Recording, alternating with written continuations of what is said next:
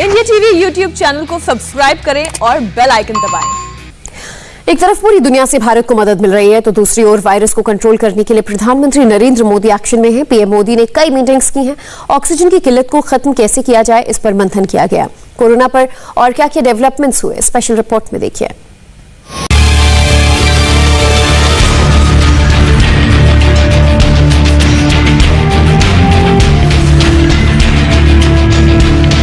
दुनिया आज corona virus से लड़ रही है। संकट बड़ा है, इसलिए दुनिया के देशों ने भारत का साथ देकर वायरस से विश्व युद्ध शुरू कर दिया।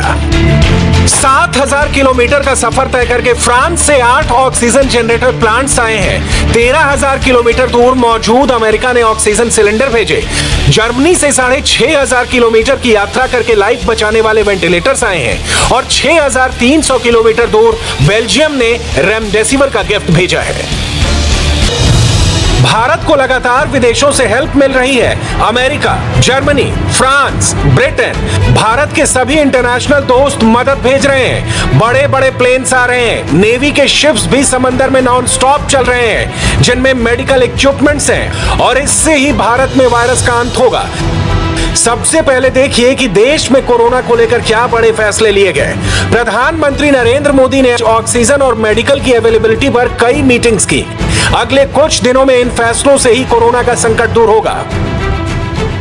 अब ऑक्सीजन की कमी को दूर करने के लिए इनोवेटिव तरीके अपनाए जाएंगे। स्टील, पेट्रोकेमिकल और पावर प्लांट्स में ऑक्सीजन गैस बनाने वाली यूनिट होती है, इसका इस्तेमाल इलाज करने में होगा। 14 ऐसी इंडस्ट्रीज की पहचान हुई जो ऑक्सीजन का प्रोडक्शन कर सकती हैं। ऐसी इंडस्ट्री के पास कम समय में ही 10,000 बेड्स की कैपेसिटी वाले टेम्परेरी हॉस्पिटल बनाए जा सकते हैं।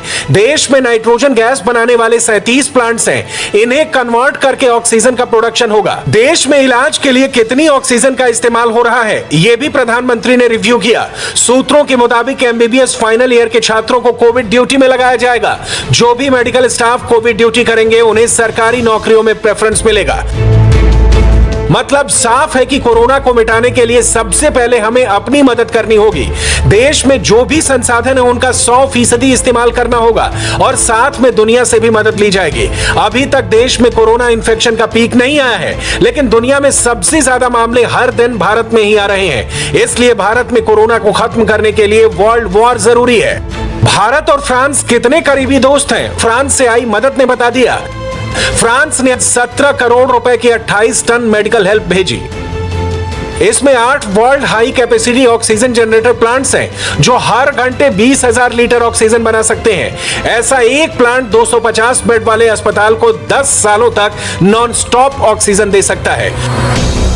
मुश्किल समय में बेल्जियम ने भी भारत का साथ दिया। बेल्जियम से रेमडेसिविर की 9,000 वायल्स आई। कोरोना के इलाज में रेमडेसिविर संजीवनी है और देश में इसकी कमी है। 2 अप्रैल की रात अमेरिका से एक और फ्लाइट आई। इसमें 1,000 से ज्यादा ऑक्सीजन सिलेंडर और दूसरे मेडिकल इक्विपमेंट्स आए। सिर्फ 2 दिनों में अमेरिका से मदद लाने वाली ये तीसरी फ्लाइट है, जिससे ऑक्सीजन कैपेसिटी बढ़ाने में मदद मिलेगी। उज्बेकिस्तान से भी भारतीयों के लिए 100 ऑक्सीजन कंसंट्रेटर्स के साथ मेडिकल सप्लाई आई। वहां रहने वाले भारतीय मूल के लोगों ने भी अलग से 51 ऑक्सीजन कंसंट्रेटर भेजे। ये आंकड़े शायद आपको कम लग रहे हो, लेकिन कोरोना की मुसीबत में एक एक मशीन भारतीयों की मदद करेगी और जान भी बचाएगी। यूरोप में भारत के दोस्त और पार्टनर जर्मनी ने भी 120 वेंटिलेटर्स का गिफ्ट भेजा। जर्मनी से आई इन तस्वीरों को देखकर आपको भारत और हिंदी को मिलने वाले सम्मान का अंदाजा होगा। जर्मनी ने जो वेंटिलेटर्स भेजे उन पर हिंदी में लिखा राहत सहायता प्रयास। भारत का साथ देने वाले देश में रूस, ऑस्ट्रेलिया, कनाडा और आयरलैंड सहित करीब 40 से अधिक देश शामिल हैं जो महामारी को हराने में भारत की मदद कर रहे हैं। अमेरिका के राष्ट्रपति जो बाइडेन ने लगातार भारत के संपर्क में रहने का दावा किया है। भारत को मदद देने के पीछे एक और वजह है वायरस के म्यूटेशन का खतरा।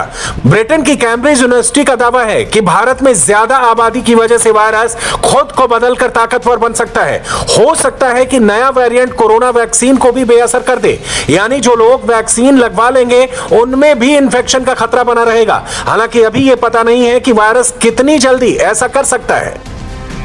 वायरस एक्सपर्ट को भी ये डर है कि इंडिया में कोरोना की हाई स्पीड दुनिया के लिए भी चैलेंज बन सकती है। भारत लगातार वायरस अटैक का मुकाबला कर रहा है। इमरजेंसी बहुत बड़ी है और इसे दूर करने के लिए सेनाएं भी मदद कर रही हैं। इंडियन नेवी ने ऑपरेशन समुद्र सेतु 2 लॉन्च किया है। नेवी के 7 शिप्स लिक्विड मेडिकल ऑक्सीजन से लेकर दूसरी जरूरी मशीनें दोहा, कतर, कुवैत और बहरीन जैसे देशों से ला रही हैं। वायुसेना के ट्रांसपोर्ट प्लेन भी लगातार खाली ऑक्सीजन टैंकर्स को ट्रांसपोर्ट कर रहे हैं। फिलहाल हर काम युद्ध स्तर पर चल रहा है।